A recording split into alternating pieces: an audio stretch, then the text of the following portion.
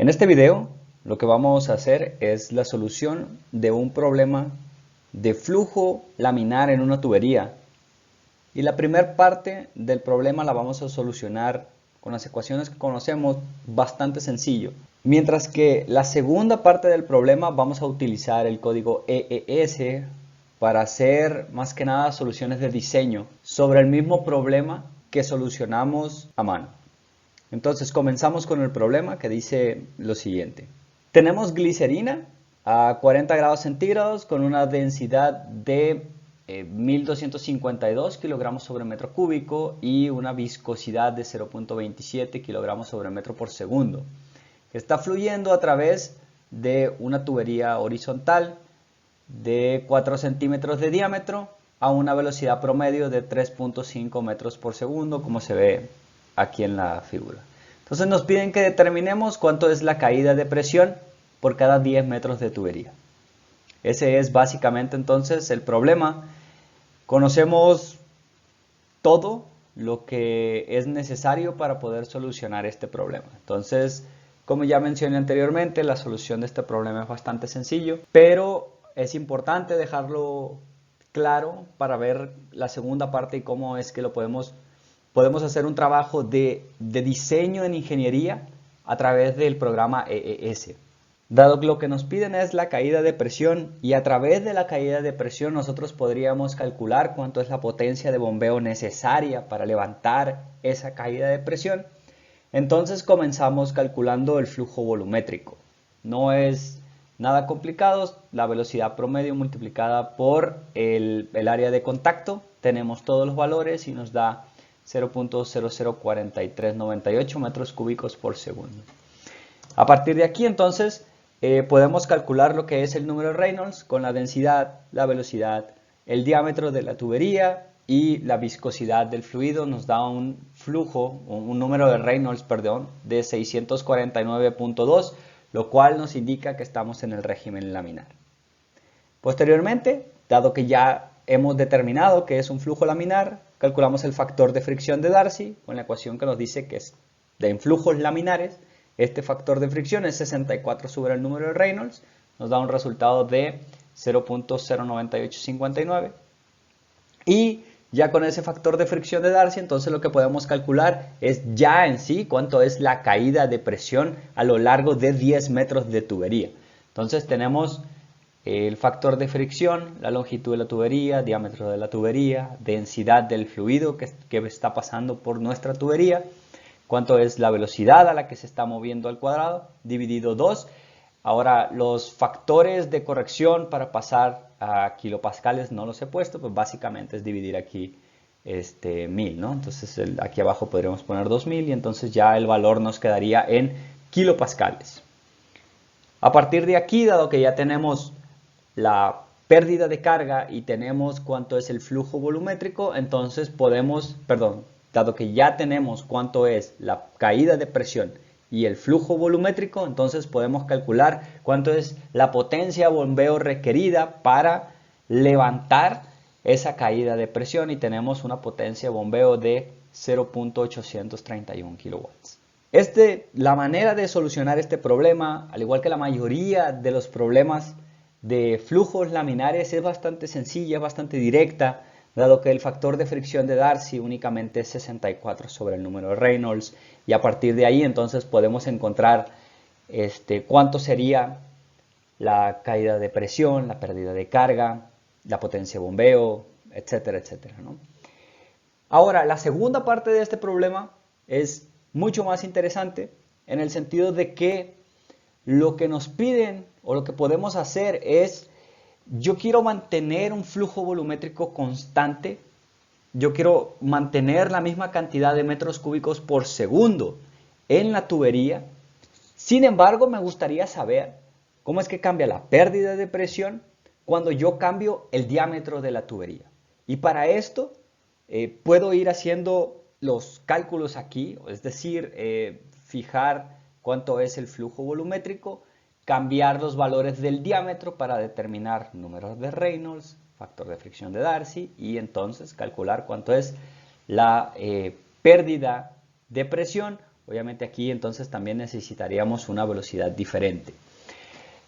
Todo eso lo podemos ir haciendo a mano, sin embargo, lo que se sugiere hacer es utilizar el código EES para hacer precisamente esto. Yo quiero en una tubería mantener la misma cantidad de flujo volumétrico y quiero ver cómo va a cambiar mi caída de presión, mi pérdida de presión, si yo cambio el diámetro de mi tubería. Es un problema de diseño en ingeniería. Vamos a ver en la siguiente parte cómo es que lo podemos solucionar utilizando el código EES.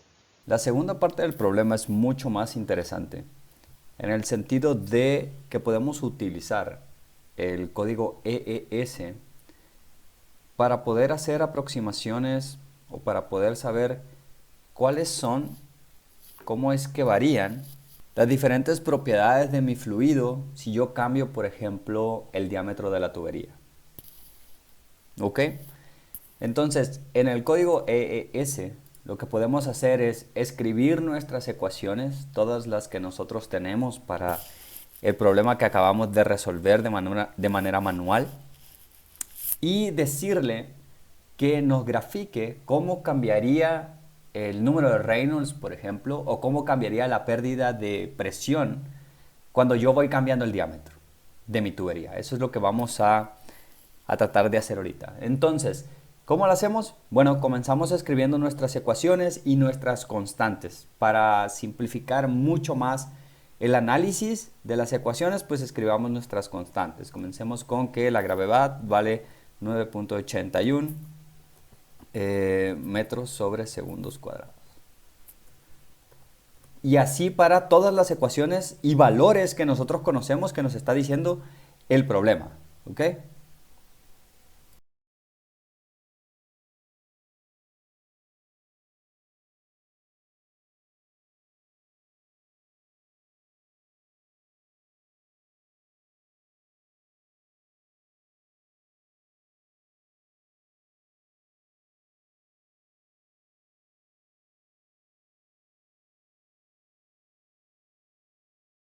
Bueno, listo. Entonces ya hemos puesto nuestras ecuaciones. Tenemos la gravedad, tenemos la densidad, tenemos la viscosidad cinemática, el flujo volumétrico, tenemos también cuánto es la velocidad, tenemos el área de contacto, la longitud de la tubería, el número de Reynolds. Sabemos que el flujo es laminar, por lo tanto podemos calcular también el factor de fricción de Darcy y podemos calcular también la caída de presión dP. Este 2000 viene porque lo queremos en kilopascales, la caída de presión, y por lo tanto también podemos saber cuánto es la potencia de bombeo requerida. Como se puede observar aquí, nosotros tenemos 13 incógnitas y 12 ecuaciones. Entonces, en principio, el problema no es, digamos, solucionable, ¿no?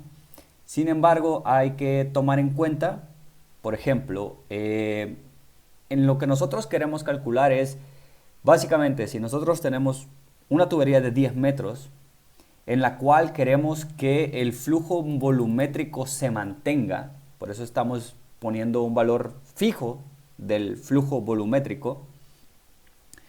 Cuando tenemos que está pasando glicerina, que estas serían entonces sus propiedades, lo que nosotros queremos saber es cómo cambia la caída de presión si yo cambio el diámetro, por ejemplo. Si yo cambio el diámetro de la tubería, cómo va a cambiar la caída de presión, o cómo va a cambiar la velocidad, o cómo va a cambiar el número de Reynolds. Para esto, el programa, el código EES, tiene la siguiente función. Podemos ver que dice hay que agregar una nueva tabla paramétrica. Le decimos aquí, y aquí nos va a aparecer entonces el tipo de tabla que nosotros queremos. ¿Cuáles son las variables de las ecuaciones que nosotros queremos incluir dentro de nuestra tabla? Y cuántos son los valores que nosotros vamos a asignar a cada una de esas variables. Ahorita cuando se cree la tabla se podrá ver mucho más sencillo qué es lo que significa este número de valores, ¿no? el nombre de la tabla, tabla 1, le vamos a decir que queremos que nos incluya dentro de nuestra tabla el diámetro, que nos incluya la caída de presión, que nos incluya también la velocidad y el número de Reynolds. Esas son las 4 variables que van a estar incluidas en nuestra tabla. Entonces le decimos OK y entonces aquí nos aparece la tabla. A partir entonces de yo asignar un diámetro de tubería, lo que yo quiero saber es cómo va a cambiar la caída de presión, la velocidad y el número de Reynolds. Por lo tanto, lo que hago es, en esta parte de aquí, en esta flechita que está aquí en diámetro, le voy a dar clic, me va a aparecer esta, la primera columna.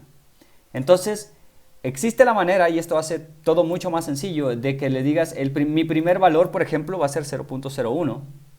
Y mi último valor va a ser 0.1 y vas a ir desde mi primer valor hasta mi último valor de forma lineal. Y tenemos 10 filas. Por lo tanto, va a ir 0.01, 0.02, 0.3, 0.4, así hasta llegar a 0.1. Le damos OK.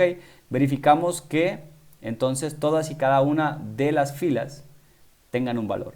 De esta manera, ahora ya hemos asignado valores al diámetro y ya tenemos el mismo número de incógnitas para el mismo número de ecuaciones. Y el código entonces ya puede resolver para la pérdida de carga, para la pérdida de presión, para la velocidad y para el número de Reynolds.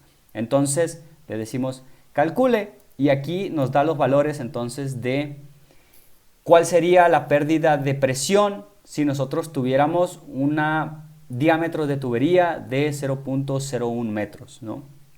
Cuál sería la velocidad del flujo en esa tubería para mantener otra vez ese flujo volumétrico y cuál sería el valor del número de Reynolds.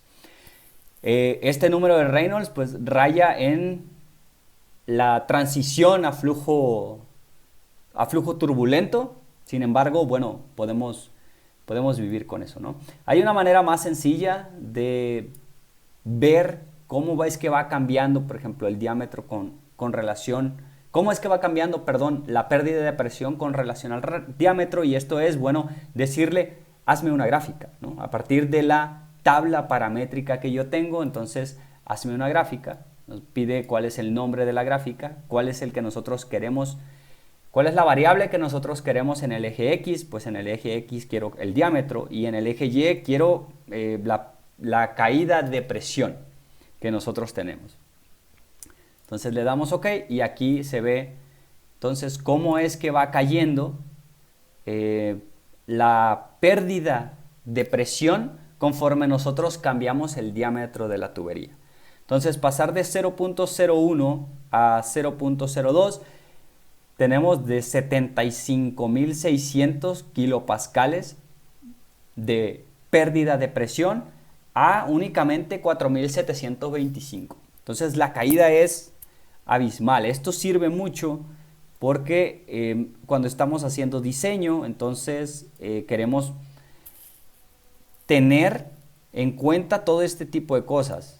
¿Cuál es el diámetro óptimo de la tubería para yo tener una pérdida de carga mínima? Bueno, no necesito irme hasta un diámetro de tubería de 0.1 para tener pérdidas de carga de decenas, ¿cierto? Si quiero que sea menos que 100 kilopascales, pues me basta ponerle un diámetro de tubería de 0.06. No tengo por qué irme hasta 0.1, en el cual la tubería sería más grande, sería mucho más material.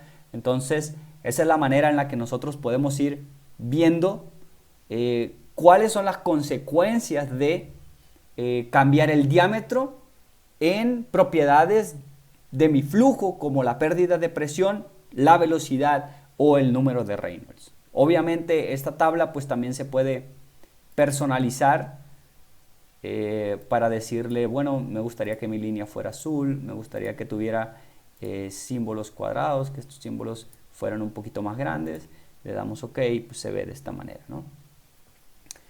Entonces esta es una manera de utilizar el código EES para ver cómo es que van cambiando ciertas propiedades a partir de que yo modifico el diseño de mi sistema de tuberías.